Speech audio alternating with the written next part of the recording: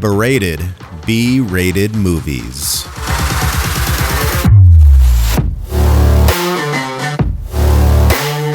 This week I talked to Carlos Berber, director of Party Bus. He talks about creating Sean, the military interrogator for Party Bus. He also talks about creating the gruesome kills in this movie. We hope you enjoy this conversation. Well, thank you for being here. So I just finished watching the movie today. And this is one of the most sick, twisted, demented, crazy movies I think I've ever seen, but it has such a neutral feel for everything that's going on to it that it sets itself apart. It's very strange. I don't know how to explain it, but I I love guess it. I guess you could put it in the perspective of the character that LC plays. Yeah. So if you look at through his perspective, that's why it's pretty neutral. Like it's his a day-to-day thing that he does. Well, yeah, he's kind of he plays it kind of almost as if he's like a hitman. Like this is like wet work, and he's Yeah. just doing a job. Pretty much, but basically the character's backstory, which we would like Elsie and I, we've talked once about maybe exploring how he became who he became and whatnot. But he basically works for the government and he does creative interrogation, and he's very successful at what he does. He's just kind of born in the wrong time, so to speak, and he's just naturally comes to him, and he's not affected by it, and he literally can go do a session and stop in the middle of it, have lunch, and then come back, clock back in, kind of thing, and that's kind of why he's just so nonchalant about it. He ended up where he ended up because he ended up beating up a kid so badly that the kid died. Oh, wow. And it was the one that was bullying his younger brother. We weren't able to explore that because originally it was supposed to open up with that scene. But due to circumstances and a lot of variables when shooting independent film on a bus, there's a lot of things that you have to kind of make happen, and some things you have to cut. And that was one of the things we did cut because we're like, well, maybe there's enough of it that can translate through the dialogue and him talking that kind of paints a little bit of a picture, but also leaves it open up for a prequel. And we can, explore that guy's history, and whatnot. So it would be a much bigger budget for that because it would be more of a travel adventure film than anything. Oh, okay. But still, of course, in the element of horror and overcoming more or less your personal demons and making them your friends is what we would be more focused on. Oh, yeah. But I mean, so for perspective, for people that are jumping into this without having seen our movie episode, which will be out before this, this is we're talking about Party Bus. It's more or less LC Holt plays Sean, this guy that kind of I don't know. I'll have you explain. I don't want to explain your movie to you. Oh, okay. Well, I love hearing when people talk about it because I'm just did I nail it enough that way the audience understood it, or it's the biggest part of the director's job, right, is to tell the story as closely as possible.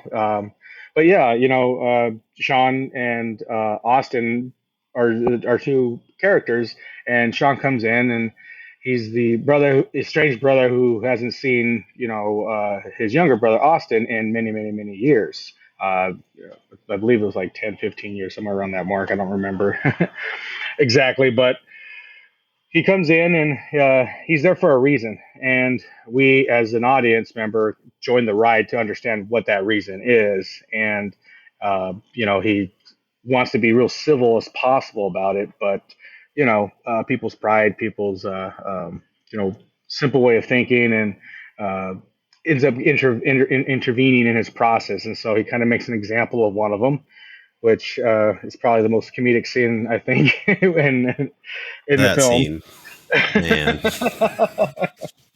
Yeah, and so you got to have some dark understanding of dark humor to really understand what's happening, because some people are just no, they were upset because that happened, and others were laughing, and I'm just well, that's the audience response I really wanted from that because of how over the top that scene is. But it makes an example of her for that reason. And then after that, everybody else is kind of the enemy, their own worst enemy in the whole thing. So yeah, that's pretty much like kind of like the gist of it and what he does throughout the film to you know it's kind of like a truth or dare thing, tell us the truth or you know play with your lives kind of thing. Oh yeah, and like just that opening that opening kill, it's like that is the best way I can put it. It's almost how I felt about like there's the hanging upside down kill in the original Terrifier, Yeah, where I'm like, okay, so this is gonna happen, but then they're gonna cut away, and they're just gonna make us think that these things are happening, and then it keeps going and it keeps going, and it's like, what the fuck? It's like it's intense. yeah, it just keeps going. And then perspective was another thing that I really wanted for that. So when that one specific shot, and I'm sure you know which one I'm talking about, the POV shot. That was the money on the head for me. It was just quite comical to me to have a shot like that. And then later on, revisiting uh, the other secondary character that on his way out of the bus, we see the character again, without Oh giving too yeah, much away. yeah. But yeah, it's a super fun movie. I think with this one, the thing that I liked about it a lot is you're not afraid to like go negative with the characters, and there doesn't necessarily. I mean, there is. I would say maybe like one or two characters that have like redeemable traits, but by and large, it's a lot of like wolves in sheep's clothing. Just a lot of people like smiling at his face and just like making him feel good, but doing all this stuff behind his back, and it's um, like the negative character development was done really well with that. So I Well, enjoyed thank you. that. That was the main focus of it because it's like who is the actual antagonist in the film, and that's what we discover throughout the entire film. Who was there, who really wasn't, and everybody's agenda. It's just looking at what we know about the like human nature in general, and what I see a lot of times missing in horror is the reason why. And I wanted to bring that up to just a little bit. Some of the films that I like that have that I thoroughly enjoy, and have for me, I can watch over and over again if there's purpose, and that's what I wanted to give. I wanted to have that, so that way when things happen, except for the one Stephanie, she was just bad. It was all bad timing for her. Oh yeah, yeah. Yeah.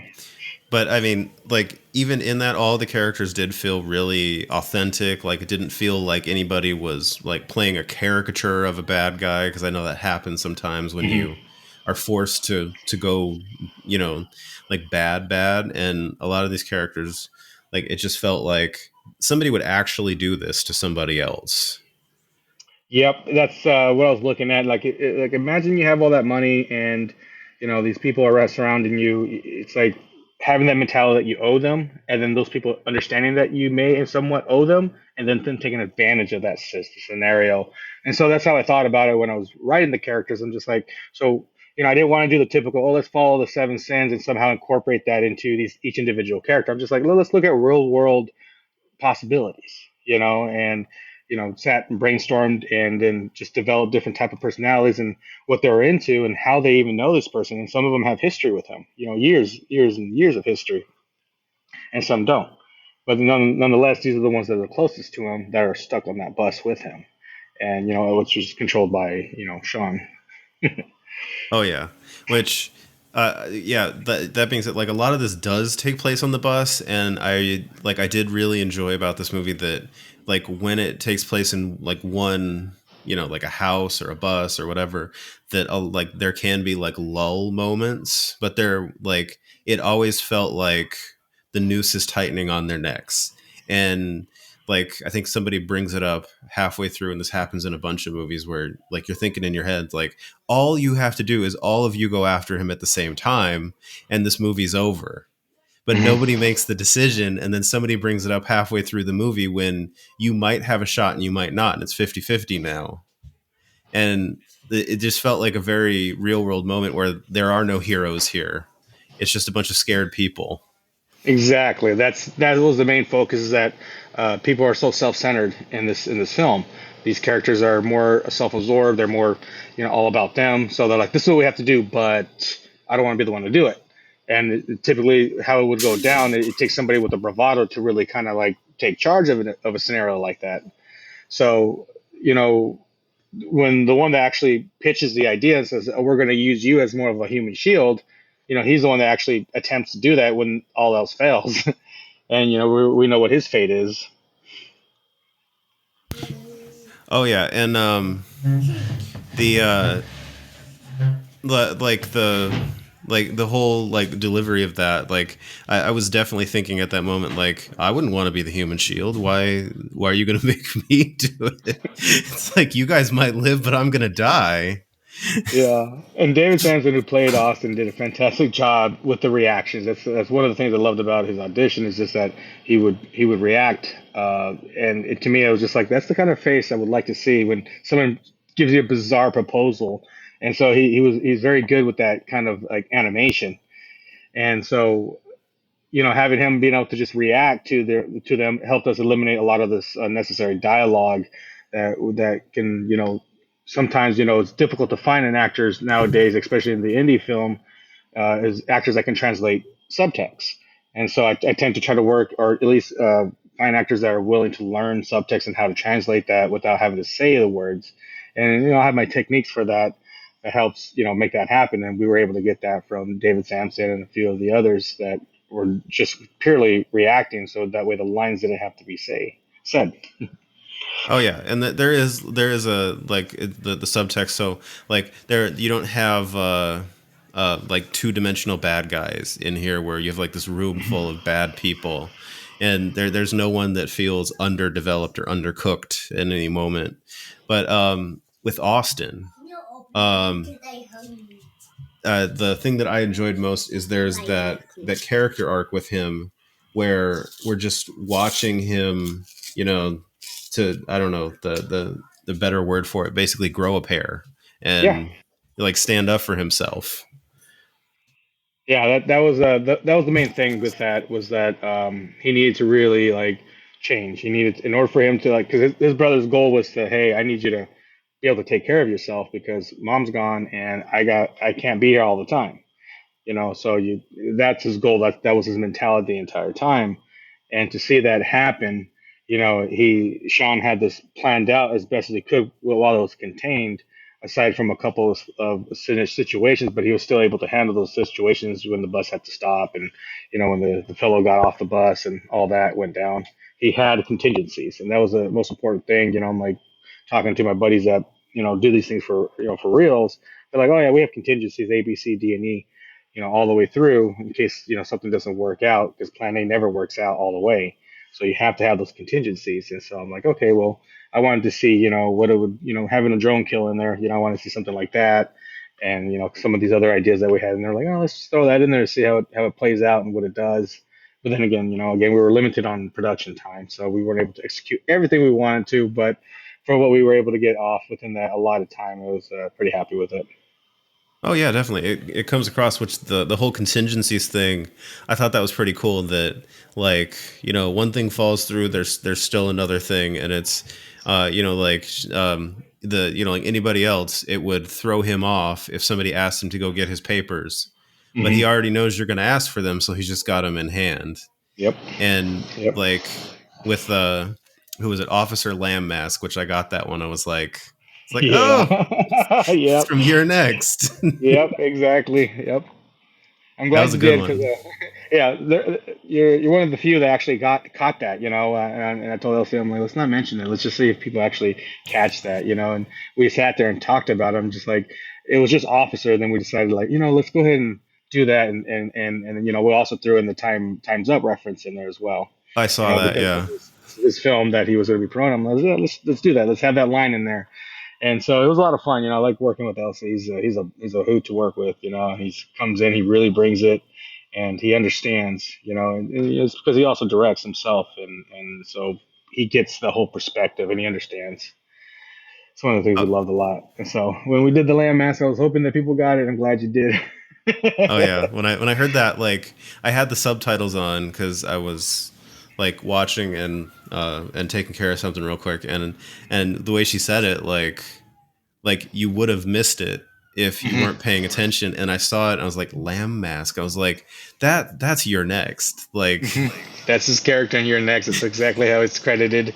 And so I'm like, yeah, yeah, we're doing that, and it was Yeah, great. And I'm glad that's that really cool. somebody, select few so far have done that. But that's because you pay attention. You actually like enjoy watching horror, you like Oh yeah. watching independent horror. So there's going to be Easter eggs and there's going to be little things in there and all across because we're such a small community, and so we tend to work with each other in all different aspects and doing different things, and just how much of a family it becomes towards the end.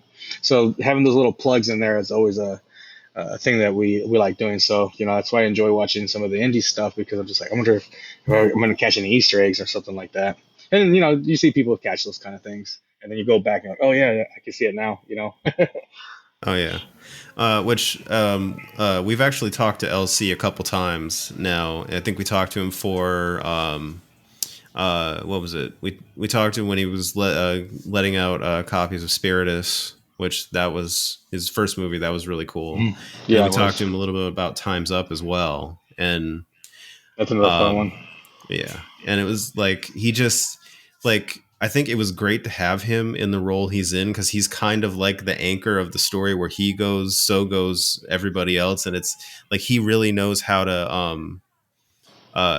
like how do I say it? Like he really knows how to like tell a story with his character Oh yeah, and he does. have the full intention of behind every word. And it was I've never seen him play this kind of character, but he scared me. He was terrifying. Yeah, I love watching him work because he gets it. I see him. He'll ask me a few questions. But I come in with like a whole character background. I told him what this guy does, and I go so like nothing really phases him. He's wearing comfortable clothing. He's just like it's just day to day. But he because he's wearing baggy clothing, he's going to have weapons all over the place and be prepared, ready to go at any moment. So he's like pulling things out of everywhere. We had more stuff where he would be pulling weapons out of different spots and just kind of like make almost to the point where we would kind of like, okay, he's really like having a whole tactical outfit underneath that. But like the character even has like a bulletproof vest in case something was to go down, but it's not explored in that, as far as that goes, because I had to like let that part get rid of that part for Yeah. timing purposes and whatnot. But nonetheless, like LC really he actually can bring the story within the story and he makes it his own, and that's like I'll always continue to work with that man. He is just talented, extremely talented. Yeah, and I'm just like every time I see that he's in something, I'm like, oh, that's LC. I gotta check this out because you always know that no matter how few minutes he has in the movie, he's gonna put a lot of character into those minutes. And Yeah, he it does. yeah, we've seen Yeah, him in a and few of them now, and he's enjoyable. oh yeah, absolutely. I got a couple projects that I've already talked to him about, and having him part of it. And I like to give him you know really really good fun roles that I know that he's just going to like handle really well, just take care of it really well. And I have a lot of confidence in him being able to portray anything that I throw at him. He brings a certain charismatic energy to each character he plays.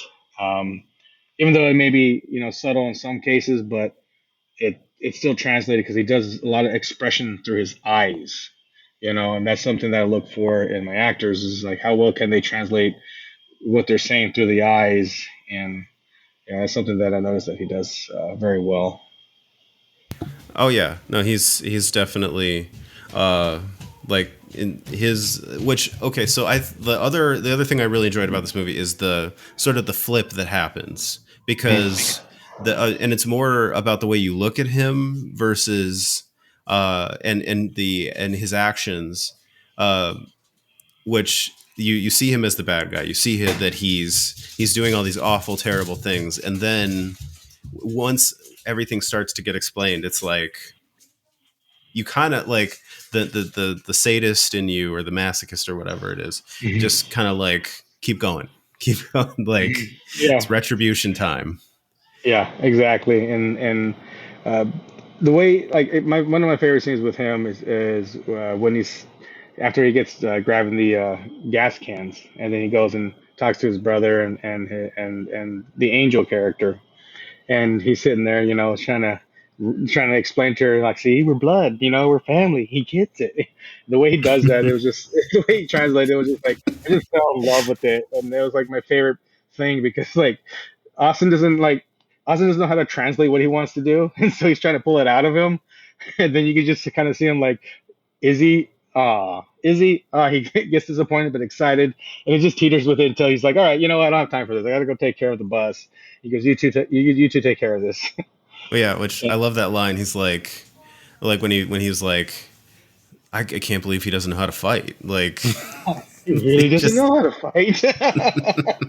Yeah, because like he thinks like he's just scared. He comes in. The first line he says, "Anxiety." He has anxiety.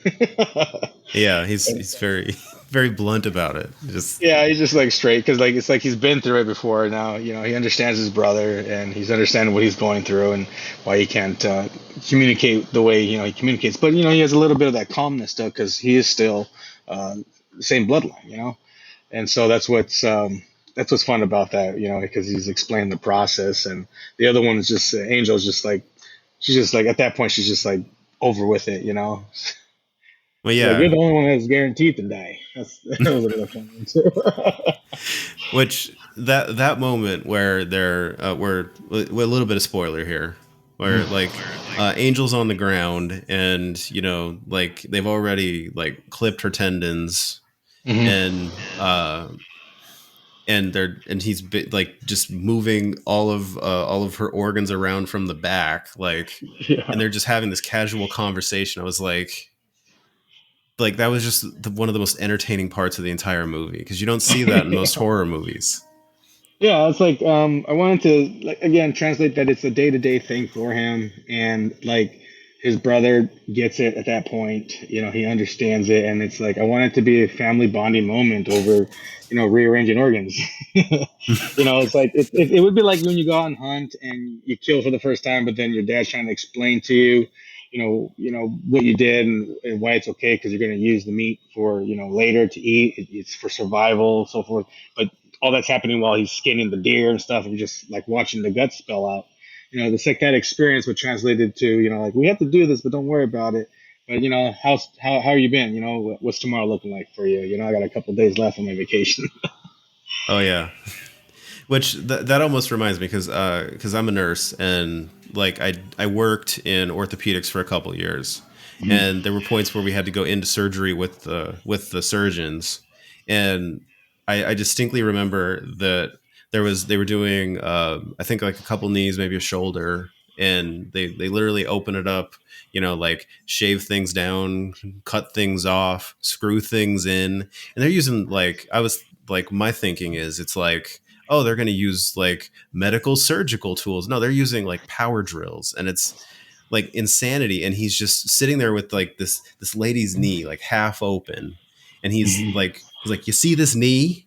It's like, look at this. She's going to need a total knee in 10 years, and they're just so casual about it. And that's what it almost reminded me of, is just this, I've been doing this for 15 years, this is my life, nothing scares me or shocks me anymore. And you just see like he's just so cool with it, the surgeon, just blood spraying in the air as he sprays water on the sterile water in the joint to clear everything out. And it's just like, geez, like how do you go home? Right, and it's like how did you sleep? It's like experiencing that day to day, and it's kind of like what we were translating with Sean. And I think LC was able to bring that proper energy. Some of the people that we auditioned weren't. They weren't. They were just trying to bring the bad guy. Bad guy. I'm like, no, he's just a normal guy. Just this is what he does. This is his job. This is what he's comfortable doing. And it's like that's just how it has to be. Like it's like what you do. It's like working at McDonald's or working in nursing and whatnot. It's just you come home and you're just having a general conversation about your day at work, and it's supposed to be just that smooth. And like LC got the assignment, he just did. He knew it really well, and I was like, "That's our man. That's the guy. He's perfect." Oh yeah, no, the movie was like the movie was amazing. It was just like I didn't really know what to expect going in, but exceeded like every expectation I would think of for like something that is this contained, and it's like that you did a ton with that space, and just I was creeped out from the beginning, which I don't normally get creeped out much, but I was just grossed out. Well, it's just the idea of knowing that somebody that normal could be doing these kind of things, and you would possibly never know until you're put into a situation where they were the way they respond, and then it's like, oh wow, like it's always that you see those interviews like, well, he was always a normal guy, and talking about their neighbor who just mutilated somebody, and like they're out on large. It's like that concept, it's like having someone that close to you being able to be capable of such things and it be just calm for them. It might be therapy. I think at this point for Sean, it would be a form of entertainment, but that he had to go through that therapy stage of doing it and being as the best he can. And that's kind of like, if it works, it works. If it doesn't, it doesn't. It's fine. Either way, I'll get it done. Yeah, because I kind of get that. I had a friend who was he wasn't an interrogator, but he worked with interrogators for like 3 or 4 months in Iraq, Hmm. because sometimes they would have people like spot, move over and help out in different places, and just he said the things that he saw, it's like you can't talk about it, and he was just so cool about it, how it's just like clocking in, like. Hmm. Yep. Yeah. One of the people that we know. That's what he did for the CIA, and that's kind of like where it's kind of like, okay, well, this is a good backstory, kind of have an idea, and he's done and retired and can talk about it, but he would say, go watch this movie, go watch that movie. Those are the kind of things we did to get things, but he never actually said it, but he gave references to films because he's like a guy who started to executive produce films and get involved. He started working with Paul Walker's brothers and stuff, so he got kind of started like getting big for the rest of us little guys. But nonetheless, he gave us some pointers on what they did, but he utilized films as references Oh wow. to watch. And he's like, yeah, you can watch this scene or that scene, and he goes, you can let your mind imagine to what we did, on how we were able to be. And he called it, he called it creative interrogation. And so it was, they got results regardless, and it was some extreme measures, sometimes it was, there were things that just, they couldn't say who or what, but to them, their life didn't matter.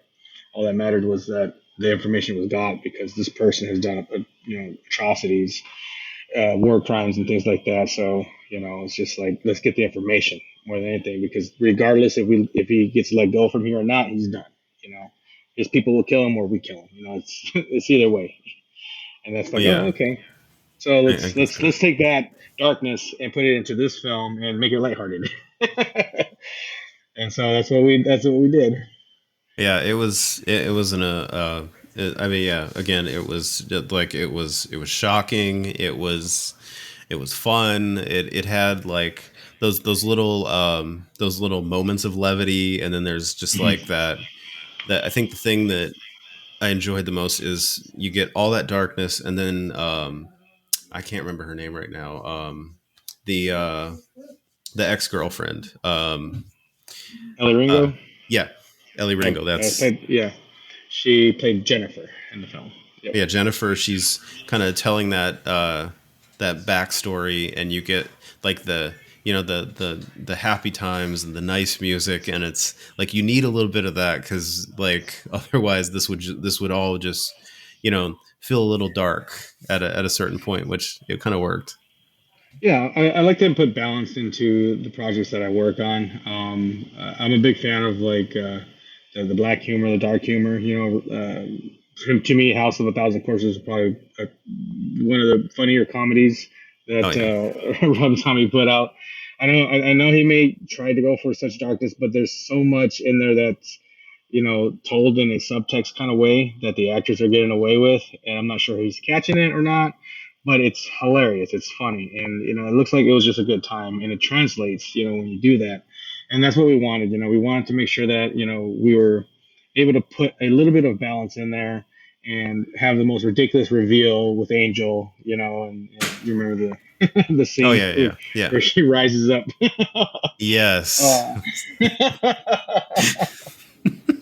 yeah, I was like, yeah, I wanted that in there, and I wanted it over the top. So there's some things I knew that I really wanted to push and just exaggerate a little bit, and it looked great on camera. It wasn't fun shooting it, but it was fun, seeing the reveal and things like that because syrup is very messy. Oh yeah.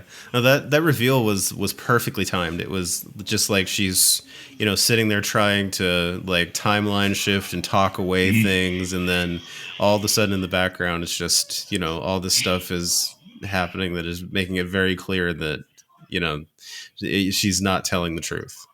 Yeah, But and it's great that it's fun to me for me because like seeing that she continues to try and continues to try and continues to try till to the point where it's just like cold hard evidence, and then you're just like, well, she's like, all right, it is what it is, I'm and caught. yeah, and she's like, and then at that point she still was like still maintaining that same energy. She didn't shift, she didn't try to get squirmy out of it. I wanted the antagonist to really be have some strength to her, you know. And the funny thing was, is like it was originally male that we had rated, but I'm just like, I think this would be a little too predictable, so I wanted to, change it up a little bit and have some fun with that. And I thought it was a good twist for that, a lot of fun. Oh yeah. And people are gonna No. watch it, but it's the ride overall, It's like I heard about this, but so the people that are watching your podcast, this is for you guys. Still watch the film. It's a lot of fun. I Oh yeah, promise. definitely watch this one.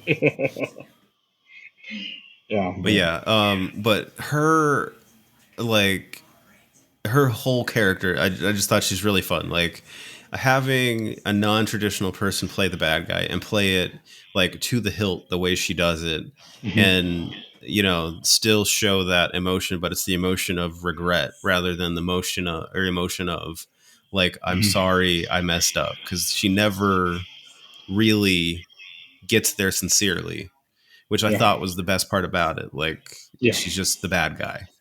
yeah. Yeah, I wanted her to commit to that. I wanted the character to really just commit to being like, okay, I'm caught. I'm not going to apologize for what it is because I didn't. I'm not sorry for it. I really intentionally was trying to really get away with this, and I'm going to find another way to get around this. But since she's obviously has to resort to just doing physical stuff, and that was the other thing I enjoyed a lot too, where he has to marinate in the moment, and she's like, "I'm done and tired of this. You Americans make me sick. I'm going to handle this, with brute force, you know." And so that's exactly what we went with, and it was a lot of fun, seeing her be able to do that.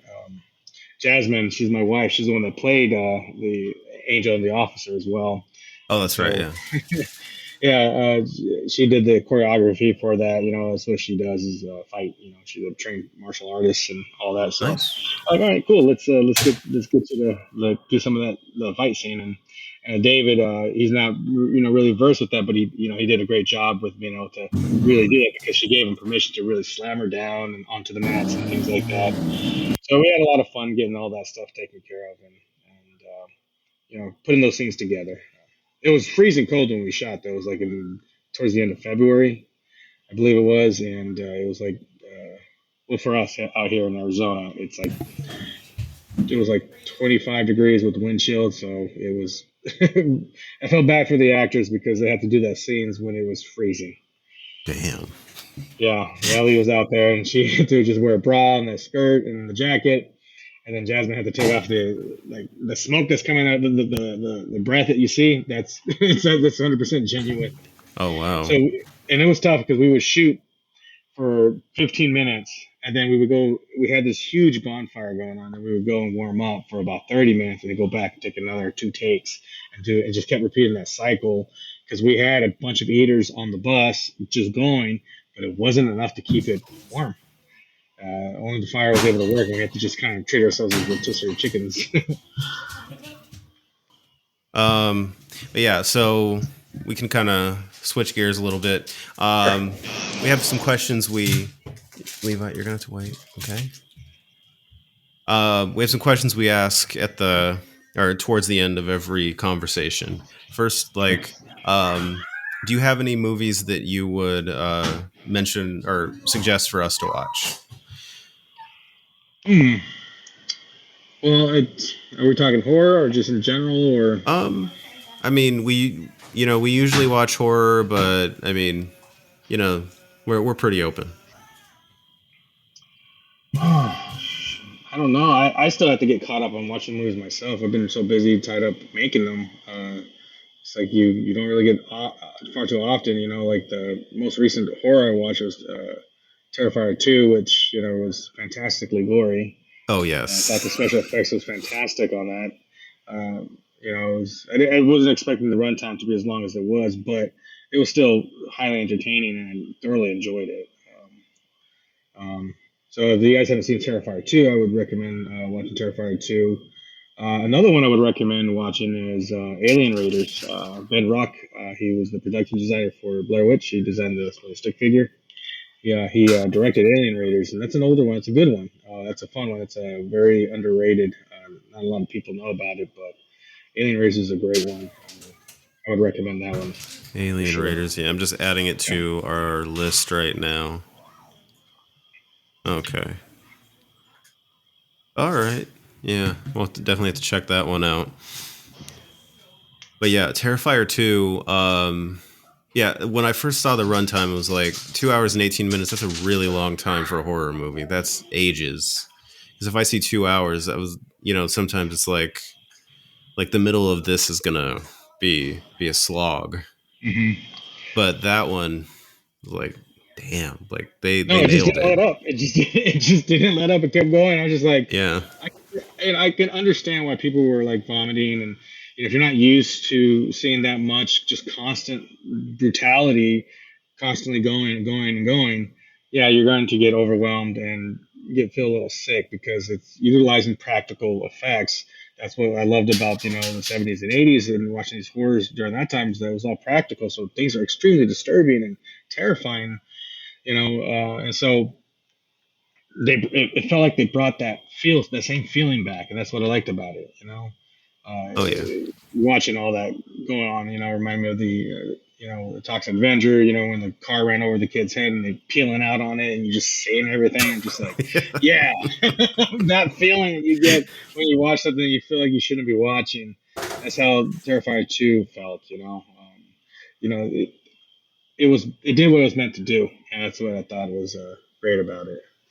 Oh yeah, which I mean, I think the thing that got me with Terrifier 2 was the when he kills the best friend. Mhm. Was it the best friend? I believe. Um, and and you think like, oh, after the initial kill, you're like, oh, she's dead. Like this is over. We're gonna move on to the next person. It's like, no, we're gonna cut off the top of her skull and use it as a candy bowl and flay her skin, and she's still alive. And it's like, geez, like this is rough. Yeah, a lot of it just it reminded me of like if Ed Gein had like a very cartoony mental health issue and Yeah. he never got caught. It's just like, okay, let's see what would happen because most of horror films are based off of what that man and what he's done, and a lot of the inspo from all these that we watch just comes from that, and it's the history behind that is actually really interesting. I knew a person who used to go eat hamburgers with him, and so it was interesting, to hear the stories of how he was like a simple man, but he had weird conversations, but it wasn't like anything that was like beyond Yeah. like outside I guess the norm for that time. It was just like some of the fascinations he has, or just it's like a friend sitting there and says, "Didn't you ever wonder what it's like to just in somebody's life?" It's like, no, yeah, well, sometimes those thoughts just kind of run here. Well, think about that, Tom. Okay, well, that's a good point. I won't think about it no more. And it's just like it's over with. It's kind of like those kind of conversations, but it wasn't regarded to people. It was just animals or how the meat came to be, things like that. And so I was like, okay, that's interesting. But yeah, uh, I felt that with Terrifier too, they were just like, let's just push and utilize as much of this Mm-hmm. prop that we have to really get it out there and make the scene just really go. It's like, and like everything worked. And so then they edited it all together. That's what it felt like, you know. And I was just like seeing it from a filmmaker standpoint. I was just like, yeah, I probably would have done the same thing, and just really like, you know, I'm curious if there's a director's version that would be out there. It's probably like 4.5 hours long. I would watch it. I yeah, I'd watch that. Um, but yeah, it's like because for me, it's like after watching the first one, I was like, I'm gonna watch it, I'm gonna enjoy it, but like, where do you go from here? You got a psychotic, murderous clown that does really messed up stuff. It's like, but I he found a way to like make it worse, so much worse. Yeah, they're gonna. I think moral compass would be involved in the third one, more or less. Having a elimination of morality would probably be the only way they can probably exceed the second one, in my opinion. Because Yeah. like the way they exceeded the first one was like tenfold, and so I'm like, well, where can you go from this point? You know, it's like taking it back to the roots of like Toxic Avenger, killing children, Oh to yeah. torturous moments, and I'm like, that's probably where it's gonna be, but it's like, where does that line get drawn? And that's kind of like, and because you got movies like what is it, Syrian film that's kind of like just like, wow, what was that? You know, Oh that's yeah. highly disturbing of a film, and the fact that it was made is kind of like would encourage that kind of behavior to want to make a film like that. I suggest you guys check out Late Checkout by Josh Graves. We're also working on the release of House of Ace Flush. You guys should check that out when it gets dropped. Those are two films that are actually quite fantastic. Okay. Sorry about that. Oh, good. I was just letting the audience know to check Yeah. out Josh's Graves' Late Checkout, and The House of Ace Flesh was a film that him and I worked on. Oh That'll yeah. be released later this year. Which what was it when Josh Graves was giving the movie out for podcasters to review? We watched Late Checkout, and that one was um, I enjoyed it a lot. Like I mean, I don't want to say too much, Hmm. but the ending was really refreshing. It was an ending I wasn't expecting, but it was also like that makes so much sense. Yeah, I have yeah, nothing that I can say, you know, like that that wouldn't work. Like, no, I can't say that about this one. It was a good one. yeah. I'm a fan of Josh's. Like he has great titles and great ideas, and he tries. He's a fanboy that became a talented filmmaker. He knows what he wants. That's the key thing when you're making a film, right? You want to know what you want, and so when he wrote The House Ate Flesh, and we ran into some complications, and I'm like, hey, let me partner up with you on this. Let's finish this film and make it something more, because going back to to keep it within the budget, we had to kind of expand the story and then change it and utilize our own resources to make it happen.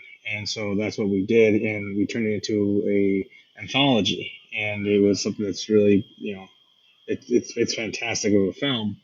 And then, of course, Late Checkout, and then Shotgun Hooker. I'm excited for that one. I'm waiting for him to. I think he's going into production soon with it, if not already into production. I know he's working on that shark film as well. So he has a lot of great ideas, and I think he's going to be bringing a bunch of fresh ideas and fresh feelings to familiar concepts. Oh yeah. Um, and uh, uh, I was gonna ask, is there anything you're working on that you would like to talk about? Yeah, I got got a couple films in the process, but right now we're currently getting ready for production. In November 11th, we start principal on a feature film about a woman who wakes up to a dismembered body in her hotel room and has no recollection of how it Wow, happened. Yeah, and those are so always fun. obviously, yeah, it's a film that focuses on a lot of. Uh, I might be giving away too much if I do that. Oh yeah, don't um, don't say too much. so she goes on this venture to try to figure out what's going on when it comes to that, and you got detectives that one that wants to believe her and the other one that absolutely just thinks she is completely guilty.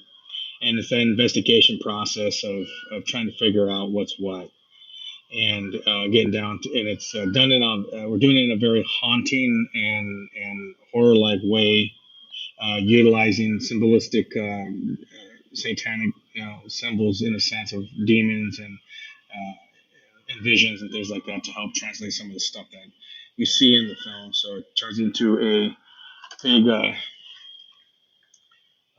big artistic like film because I want to shoot it very gorgeously, very gothic like, Mhm. um, and translate the image that way. We're going to utilize a lot of high speed imagery and you know what I'm trying to remember the name of the film with the gentleman whose head explodes from the guy who's causes it to explode. Was it Scanners? Was it?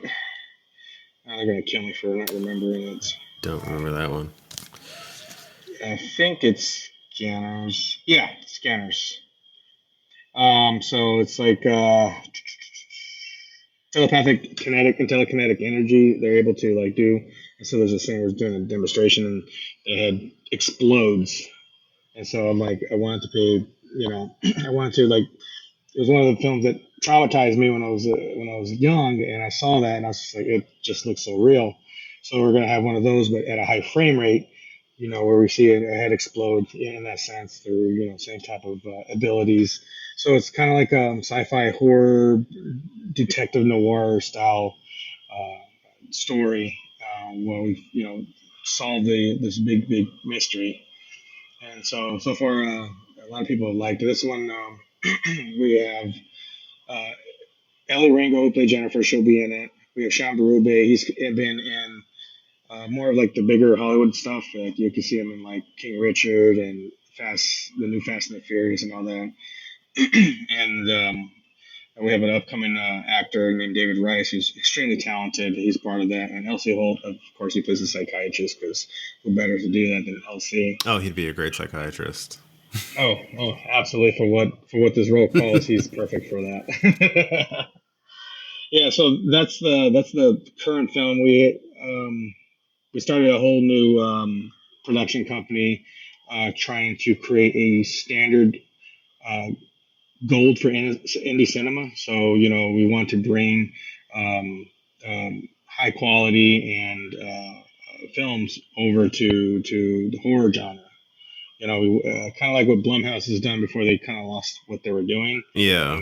And but back earlier Blumhouse, where it was the stuff was fun, good, and just highly entertaining. To I don't know what they got going on now, but there's still a market for that. There's still fans for that, and it's like the House Eats Flesh is a prime example of bringing high production value to like the indie horror community.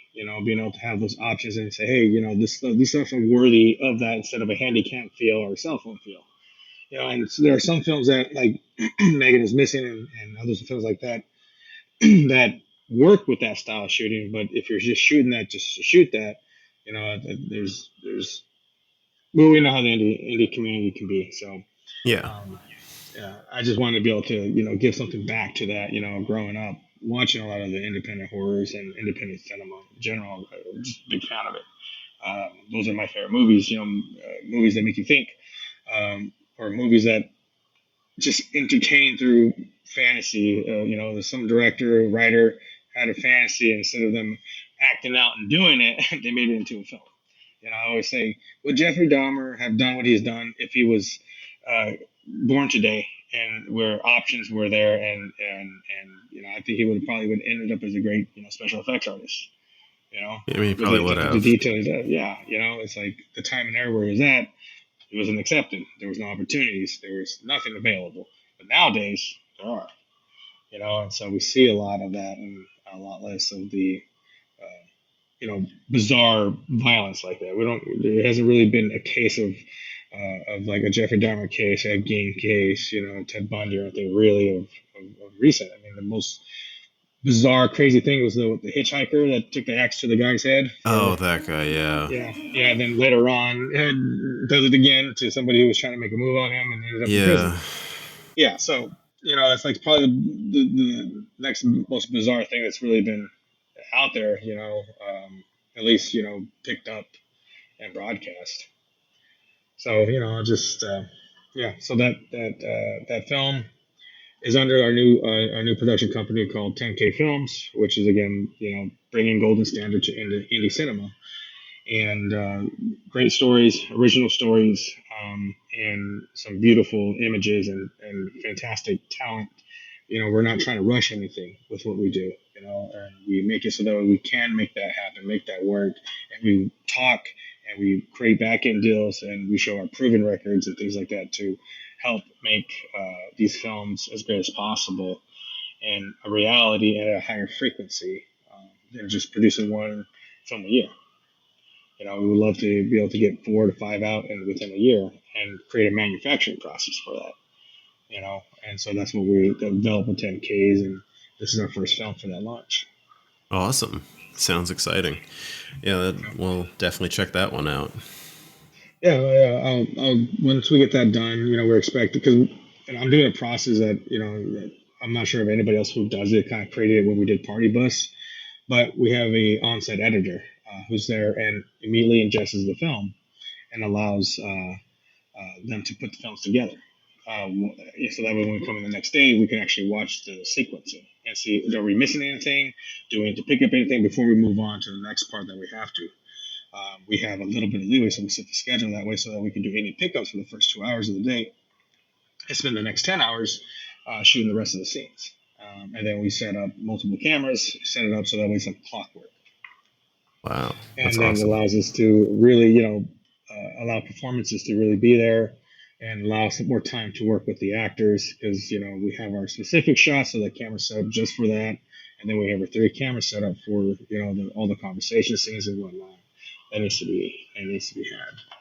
And of course, we shoot with the red cameras because, I just love the way they look. And then they also have a lot of versatility as far as being able to produce some incredible images and being able to place them just about anywhere, especially with that new Komodo. It's so small, you can just send it anywhere. It's fantastic. Awesome.